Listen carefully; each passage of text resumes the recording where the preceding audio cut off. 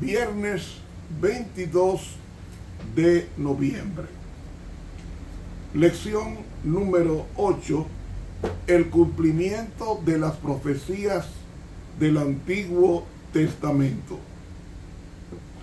Texto para memorizar. Porque yo tengo un testimonio mayor que el de Juan, refiriéndose a su primo Juan el Bautista. Las mismas obras que el Padre me encomendó hacer, esas mismas testifican que el Padre me envió. Juan 5:36. Llegando a este día del repaso, que tú puedas estar con nosotros confiando plenamente en el valor de la obediencia a la luz recibida. Oración presentada en el bendito nombre de Jesús. Amén.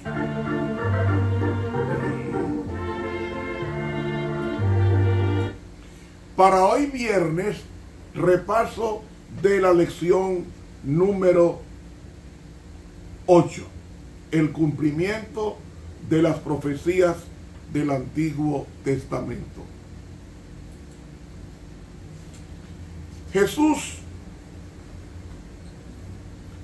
dejó tantas señales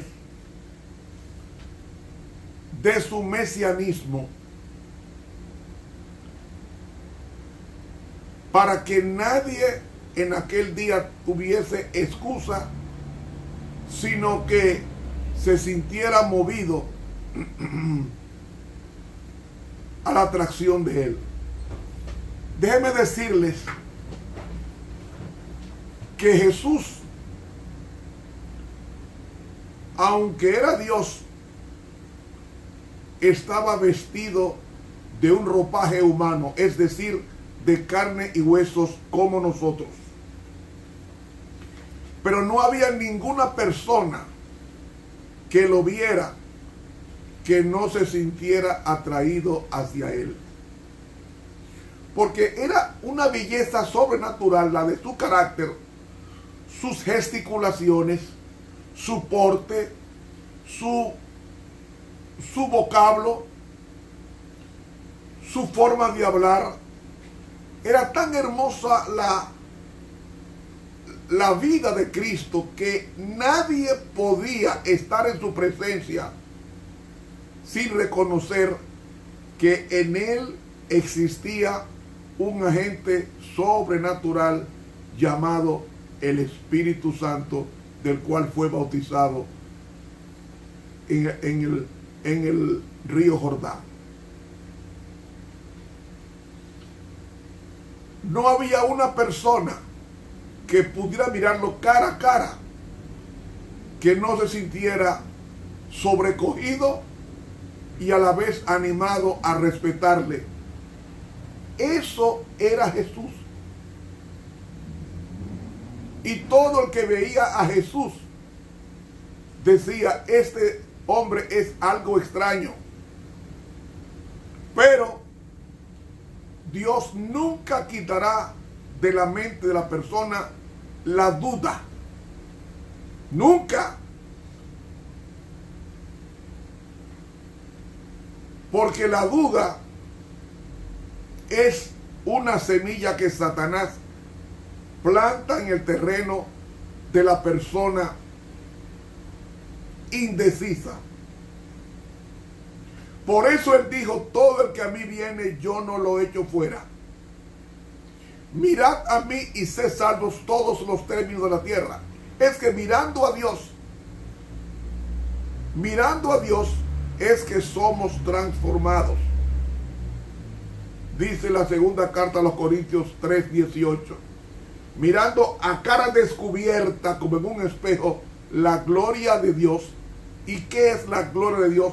Dice Éxodo 34 que la gloria de Dios es el carácter de él, su vida. Por eso hay una diferencia en las personas de abajo, los terrenales, los que viven conforme a la carne, y los de arriba que viven conforme al Espíritu. Y el propósito de las profecías del Antiguo Testamento es señalar al hombre que ese Cristo que vino hace 2000 años a morir, vino primero a enseñarnos cómo se vive en el cielo. Por eso dejó 10 mandamientos. Esos 10 mandamientos son el código moral de cómo se vive en el cielo. Por tanto, es imposible decir que se tiene a Cristo cuando usted voluntariamente violenta los 10 mandamientos, haciendo daño a los demás. De ahí, cuando Cristo desciende a enseñarnos cómo es que se vive en el cielo, porque una vez Dios le enseñó a Adán cómo vivir, cómo se vive en el cielo, en la tierra. Por eso Cristo es el segundo Adán, porque donde fracasó el primero, entonces se promete el segundo Adán en Génesis 3:15. Y esa profecía era con el propósito de que la persona alimentara su fe en ese Mesías, que significa enviado. ¿Enviado a qué? A enseñarnos cómo se vive en el cielo y enseñarnos con su muerte a morir al pecado, porque lo único que impide al ser humano ver a Dios, ver el rostro de Dios, es el pecado. ¿Y qué es el pecado? Ya he enseñado que el pecado es vivir una vida sin tomar en cuenta a Dios. Mire qué fácil, qué buena definición. Vivir una vida sin tomar en cuenta a Dios. Yo como lo que me da mi gana, y hablo lo que me da mi gana, y visto como me da mi gana. Eso es vivir una vida de abajo, una vida terrenal, sin tomar en cuenta que la Biblia dice que después de la muerte viene el juicio.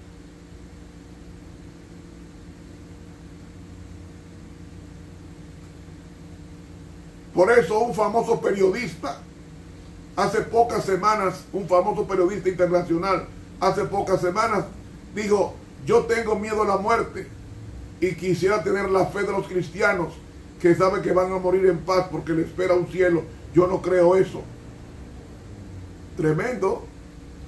De ahí que Cristo vino a enseñarnos cómo se vive en el cielo, porque cuando uno aprende en la Biblia cómo se vive en el cielo, no le tiene miedo a la muerte.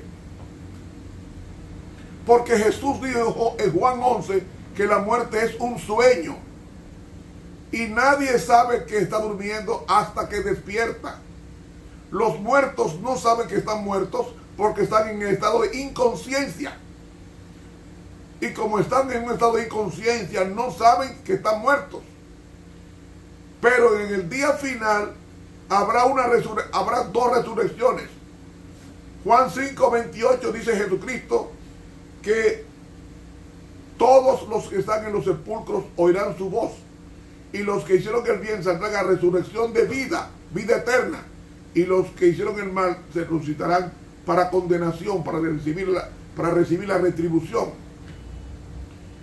Y Cristo es el cumplimiento de esa promesa que se perdió en el Edén por el pecado. Él va a restaurar el planeta. Este planeta va a ser otro Edén cuando Cristo venga por segunda vez y destruya todo lo que está malo. Todo lo que está malo, Él lo va a destruir. Y como he dicho en otras ocasiones, Dios no manda ni huracanes, ni ciclones, ni terremotos, ni sequía. Nada de eso lo manda Dios. El libro de Job, capítulo 1, dice que todas esas cosas las manda el diablo. ¿Y por qué Dios la permite? Porque todavía el hombre ha escogido a ese Señor, lo ha escogido como rey de su vida, y como han escogido a Satanás como el rey de su vida, todas estas cosas Él las manda como castigo, porque ese Señor no sabe hacer nada bueno. Él no da nada. Lo que hace es que le quita a Dios lo que es de Dios y te lo ofrece a ti. Todo esto te daré si postrado me adorares, le dijo Jesús en Lucas 4. El mundo es de Dios, según Salmo 24. Entonces, todo lo que el mundo hay bueno, fue Dios que lo creó. Si Él te ofrece dinero, no es Él, ese dinero no es de Él. Satanás no tiene nada, pero Él te ofrece dinero porque le roba a Dios, como dice Ageo 2, dice Ageo 1:8, dice que mía es la plata y mío es el oro, dice Jehová. Entonces el dinero es de Dios, pero el enemigo te ofrece el dinero para que tú le sirvas. Y te da dinero, pero no es dinero de él, dinero robado a Dios, porque es un ladrón.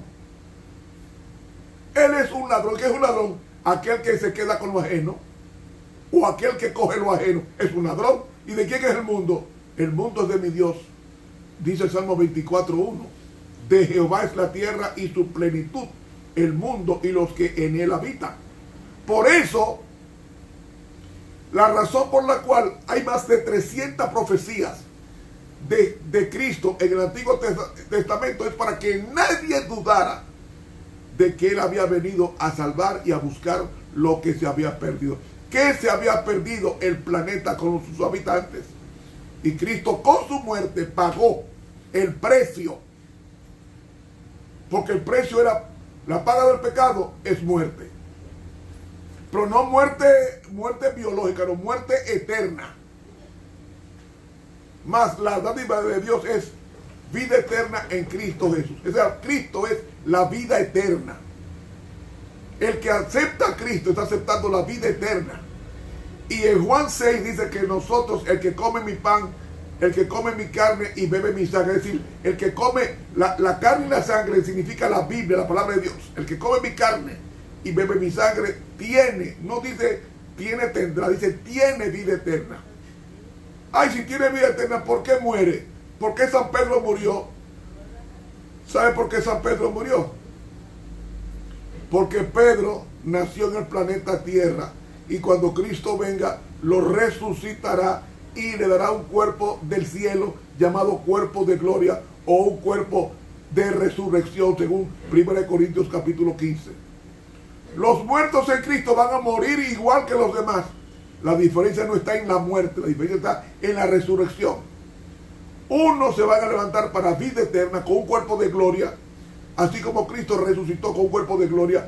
Sus hijos también, aunque muertos, San Pedro, San Pablo, o el nombre suyo, si muriere, usted resucitará con un cuerpo de gloria, como lo prometió Dios en 1 Corintios 15, 51 al 53.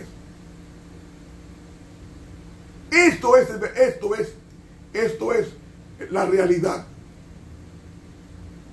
Por eso, la profecía se cumplió en Jesús, y ese Jesús resucita porque Él es esencialmente Dios, y asciende al cielo, y se presenta al Padre a las 9 de la mañana, ese domingo. Domingo 16 de Nisan, vamos a decir, el primer mes del calendario judío.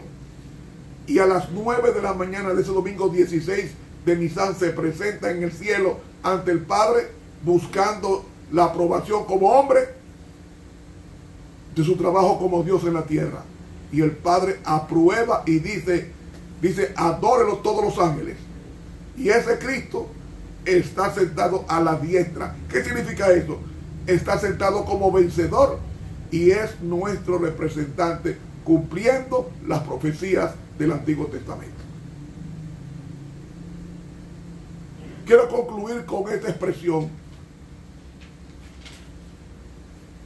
Todos hemos nacido en muerte, pero Cristo ha venido para que seamos de arriba, no de abajo, porque ninguna condenación hay para los que están en Cristo Jesús, aquellos que no andan conforme a la carne, es decir, de abajo, sino conforme al Espíritu, es decir, de arriba, como se ve en el cielo. Hermanos, de corazón les digo, no viva una vida religiosa de apariencia. Entréguese a Dios, y al entregarse a Dios, su vida va a cambiar y será ciudadano del reino de los cielos. Que Dios nos bendiga y nos guarde. Para mañana sábado vendremos con la lección número 9 la fuente de la vida. Suscríbase a este canal de YouTube Ramón Romero. Dele clic a la campanita e invite a otros a la suscripción. Haciéndolo, estará predicando el Evangelio eterno a toda criatura. Dios continúe con nosotros.